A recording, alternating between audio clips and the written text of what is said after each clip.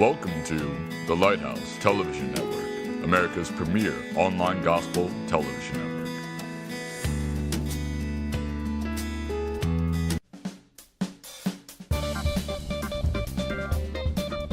And now here is The Mountain.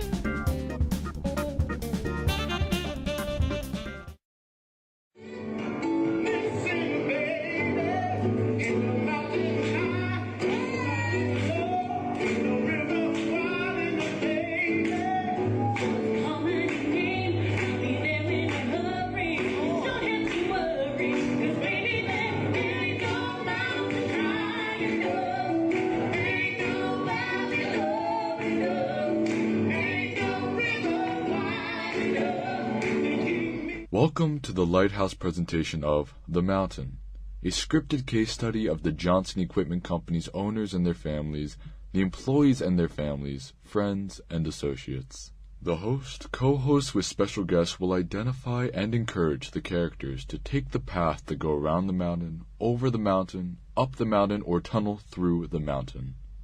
There are life's obstacles and barriers which seem to become an impassable stronghold of the mind. These life obstacles can be divided into two categories, external and internal. External barriers are obstacles, hindrances, challenges, resistances, difficulties, complications, impediments, obstructions, and stumbling blocks that exist outside of us. For example, having little money, lack of transportation, no job opportunities, lack of time, or being involved in unhealthy relationships are all forms of external barriers. They are things in life that get in the way of us building the life we want and meeting our goals. Internal barriers are those obstacles: anxiety, fear, unpleasant thoughts and memories, shame, sadness, hopelessness or low motivation, PTSD, that exist in us. You may notice such thoughts as, "I can't do this. There's no point. Things will never change, and if I do that, I will become triggered."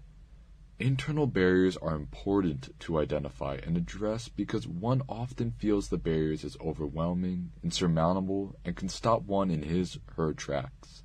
As a result of this analysis of the barrier, co-host and their guest will discuss the spiritual path that leads over the mountain, around the mountain, or through the mountain to a safe haven away from those forces that are clearly impacted by the individual and his/her family. And now here is The Mountain. Into our session for today, and we're going to talk about Sharon Davis Goldman. And she has some issues throughout her life. And so what we're going to really be talking about is the external and the internal barriers that were in her life. And from reading about her, she had a busy life.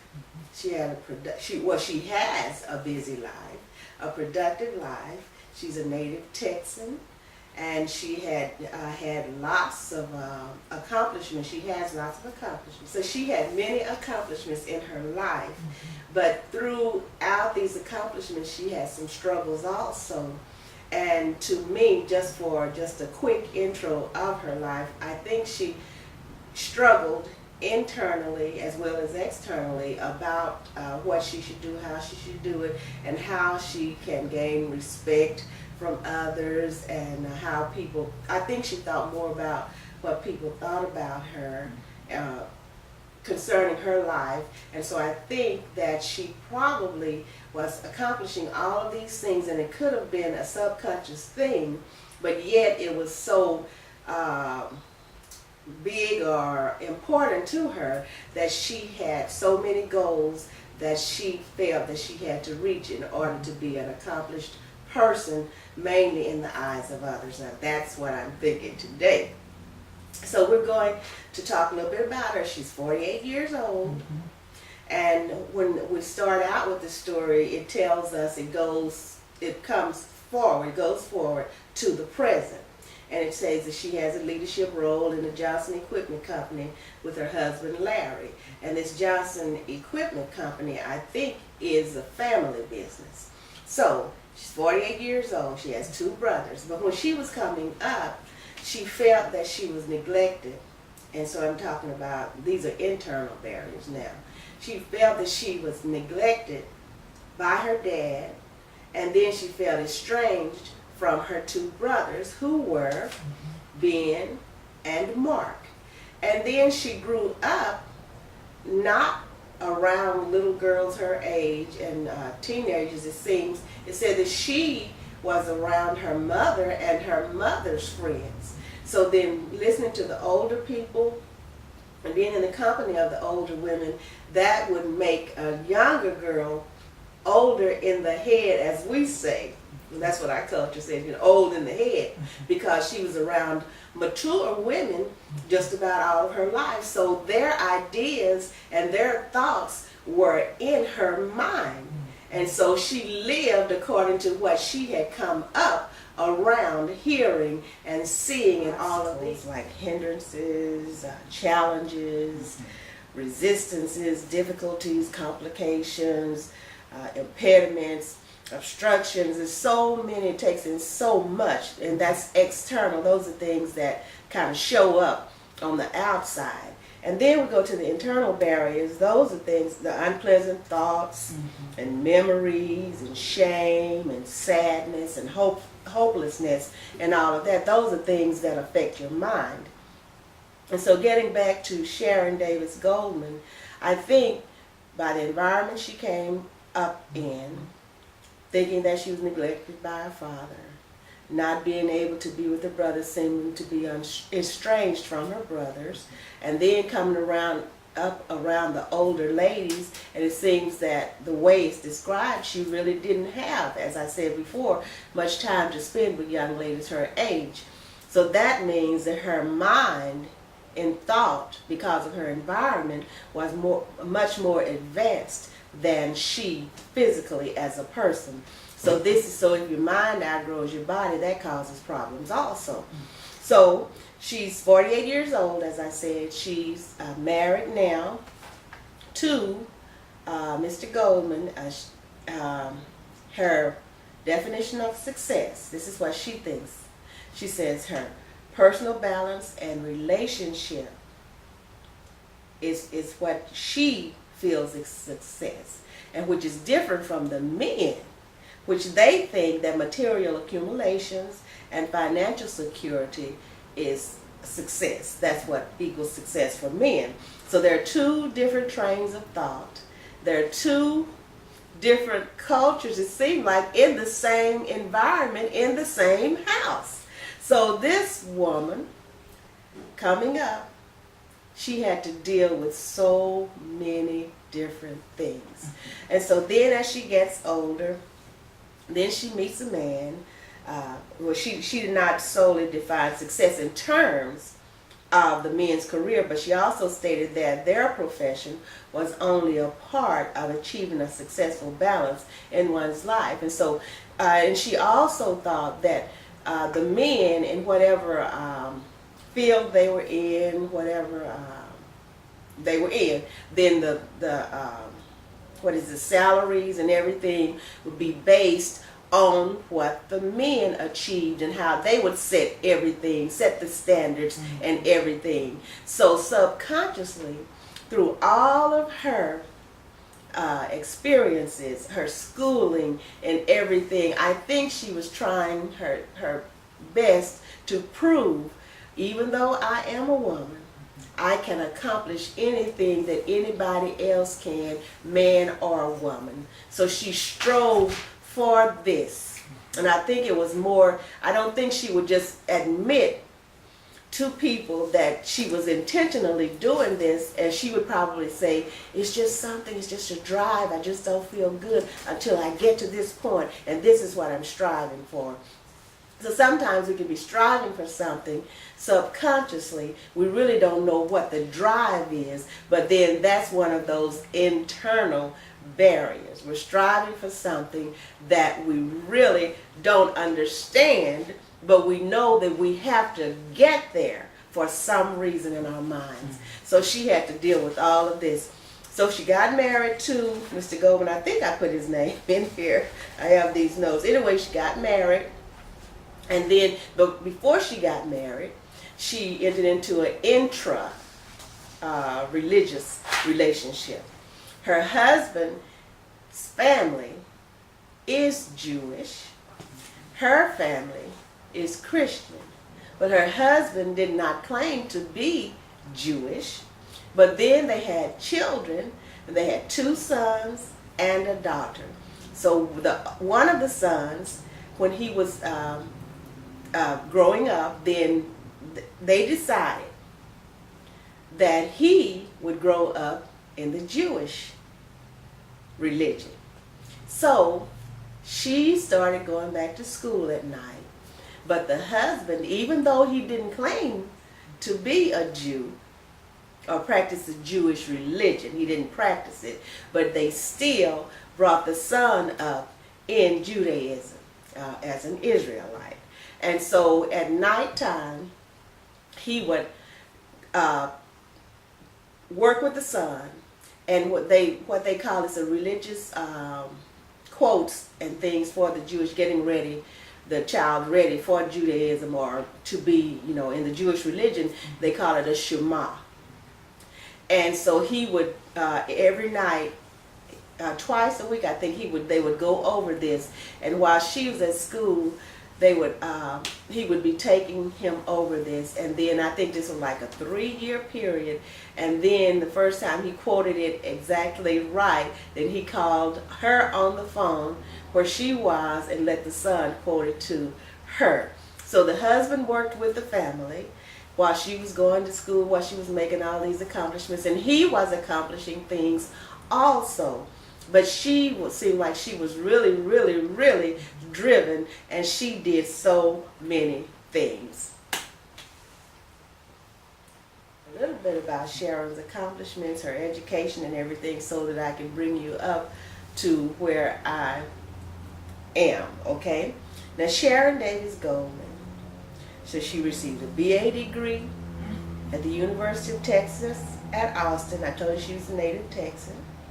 In marketing, and her master's in advertising from Texas A&M University at College Station, still in Texas. She relocated to New York City. Then that's where she joined American Express. Mm-hmm. Then she moved from trainee to managing a series of successfully larger and more complex businesses. And then she became the youngest senior advertising executive officer of American Express. She's gradually climbing, gradually moving. Then Ms. Sharon Davis was a member of the original management team when American Express started its consumer business. She was one of the original managers. And then she goes on to, that was in 1965. Then after American Express acquired Fireman's Fund Insurance Company, she became EVP in charge of the marketing group of Fireman's Fund and Lehman Brothers. And that was like a $1 billion company, where she was responsible for managing all consumers and small business activities, overseeing a staff of about 500 people. So she was steadily climbing that ladder. From 1965, this sister was moving. And then from 1971 to 1981, Ms. Sharon Davis Goldman was president and CEO of Walsh and Goldman Advertising Agency, LLC, which she grew, and then she grew that from a startup to several $100 million in sales before it was sold. So she is steadily building and making people, other people as well as herself, rich, established, well known. And this is what she was brought up around. This was the men's ideal, that your accumulations and your accomplishments are what made you a person of standard. And so, like I said in the beginning, she might might not have openly admitted that she was trying to please others, but by her accomplishments, she was satisfied in where she was going and what she was doing and how other people felt about her. And I'm not saying it was a selfish thing. That's not what I'm saying.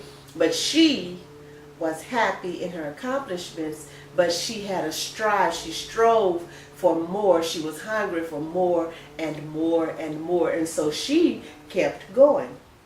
So then, she also, since 1982, she has been a private investor and a board member of numerous public and private corporations, including the Guarantee Market Group, an internet document verification company, a new media company, and an internet security company. I mean, this is a lot in one lifetime. And as one of her private investments, she invested in one of her brother's children's company, and that was a Christian educational games company. And then she became the principal, listen to this, investor. Okay? That means she brought the money with her when she came. Okay? In Clear, C-L-E-A-R, Johnson Equipment, after moving back to Austin and joining her brothers and running the company. Okay, now, we talked about her husband, Larry, and she and Larry were of different faiths. Even though he didn't practice Judaism, his family did. And then, like I said in the beginning, her family were Christians. So the way they dealt with this was that on the Jewish holidays, they celebrated with his family, and on the Christian holidays, they would celebrate with her family. And then they brought the children up so to where they, even though they brought the sons, and I imagine they brought all the children up in Judaism while they were young, even though they brought them up, they left it open so that when they are older or grown, which I'm sure they are now, then they could choose which religion, if any, they wanted to be a part of. So they left it open, even though they brought them up in an established religion. But they left it open so that they can choose which one they wanted to be in, if any at all. Now, getting to the husband, he, and I keep saying this, even though his family practiced the Jewish religion, he didn't practice it. And she said that he was more like, kind of like an agnostic. And she said it was seemed that he was in deism. And then what an agnostic is a person that doesn't say that God does not exist. They don't say that he does exist, but they just leave it open. Okay, so they won't. It's kind of like this thing. Pontius Pilate said, "Bring me some water so I can wash my hands. I don't want to be guilty of killing an innocent man." But yet he let them have Jesus. So what he's trying to say is, hey, whatever it be, this is what she saw him as. It will be. I'm not going to say he is God, and I'm not going to say he's not God. And then she said he also reminded her of a Noahide or Noahide. And what that is a person that, like, there's 7 quotes that Noah, or 7 laws that Noah really kept. And she said he would keep those just keep those. And she thought about him as that. And then it goes on down, and I went into some definitions and things about the atheist, what is atheist, and the theist. You know, the theist is the person that does believe that there is a God. The atheist does not believe that there is a God. So I won't deal with all that. But then they were all mixed up in the religions, but they dealt well with it because they agreed on it. And so that, I believe, would help the children out, would help the children because they had established that this is what it's going to be. Even though we are here, this is where we're going to be, in the middle with the children. So I think that was, a little stability for the children. But then getting back to her and her accomplishments and everything, and her working so much and all of that. Getting back to Miss Sharon Davis Goldman. She has accomplished so much. And now she is a Christian. Her husband's family is Jewish, but he raised the children as Jews. They both did. But getting down to where we are today and talking about the culture. Now to us, her being so busy, I mean, we're juggling a marriage, 3 children, a husband, going to school. We're really building companies. You know, we would be, and if we were where Sharon Davis is and was when she began, this lady went to school. She got master's degrees, bachelor's degrees. She just worked her way all the way up. So this was she was doing even when she had a family. Then when she did some of the accomplishments, she still went back to school. The husband was taking care of the children at night while she was going to school and everything. Now getting to us, we've done it, we do it, but the cultures are different.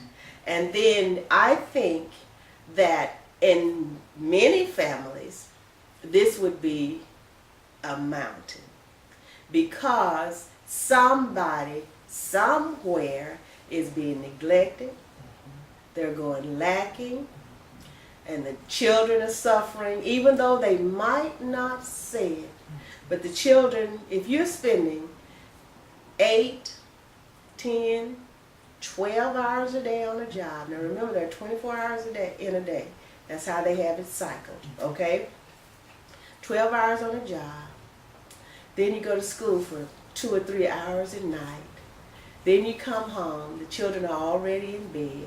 You get up the next morning real early, get ready for work. The children get up probably about 6:30, 7 o'clock. They have to get ready for school when they're school age. But you have to be on the road to work probably at 7 or 7:30 in order to get there at 8 o'clock to work what's supposed to be, and what is it, an 8 to 4 or a 9 to 5 job. Then you get off that job, you do this cycle all over again, you go to school, and then somebody is lacking. You have a husband, you don't have time for him because you're in this cycle. I've got to go to work, I've got to go to school. So, you know, even though you're in agreement, some people can work it out.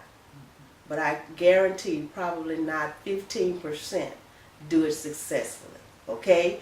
So she's working, going to school, the husband's training the children, seeing about the children are missing mommy, the husband is missing his wife because he's being neglected too, because she doesn't have time to do what she needs to do to keep this marriage intact like it should be. Now people cope and people go along, but if you have lived as long as I have, not even that long, if you've lived 20 years, 18 years, you have seen situations where they come to what we call a head, and there's a massive blow up.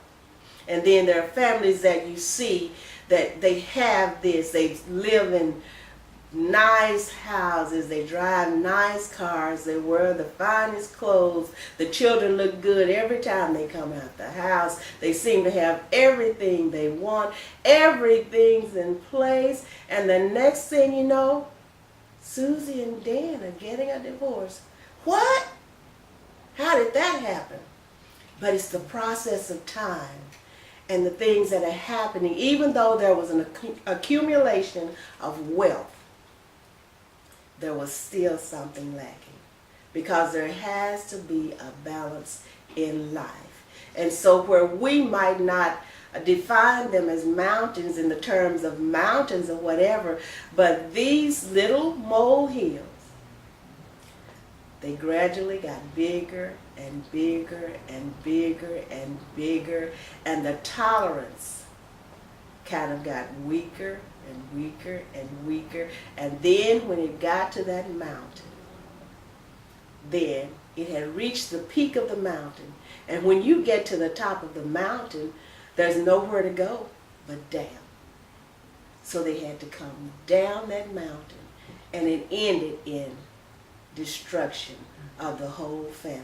And then when you look at it, the children have issues because mommy wasn't there when they needed her.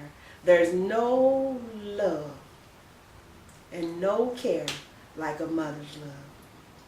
The daddy is needed too. There's no love and there's no care like the daddy's care, and some say father's care, okay? But there has to be a balance. That's why God made man and woman, and he said when they're joined together, they become one. The man has his role in the family, and the lady has her role in the family. And if you don't have that balance of power, if you don't have it, somebody goes lacking. So you have to look at the big picture. The children have emotional problems, and they will play out in life. And you wonder, why is Susie acting like this? Why is Johnny acting like this? Johnny doesn't know, Susie doesn't know, until they sit down with a therapist or a counselor and they dig it out of them. And then they, hopefully, if they get it in time, they can go on with their lives and say, oh, so this is what and why I'm living this way.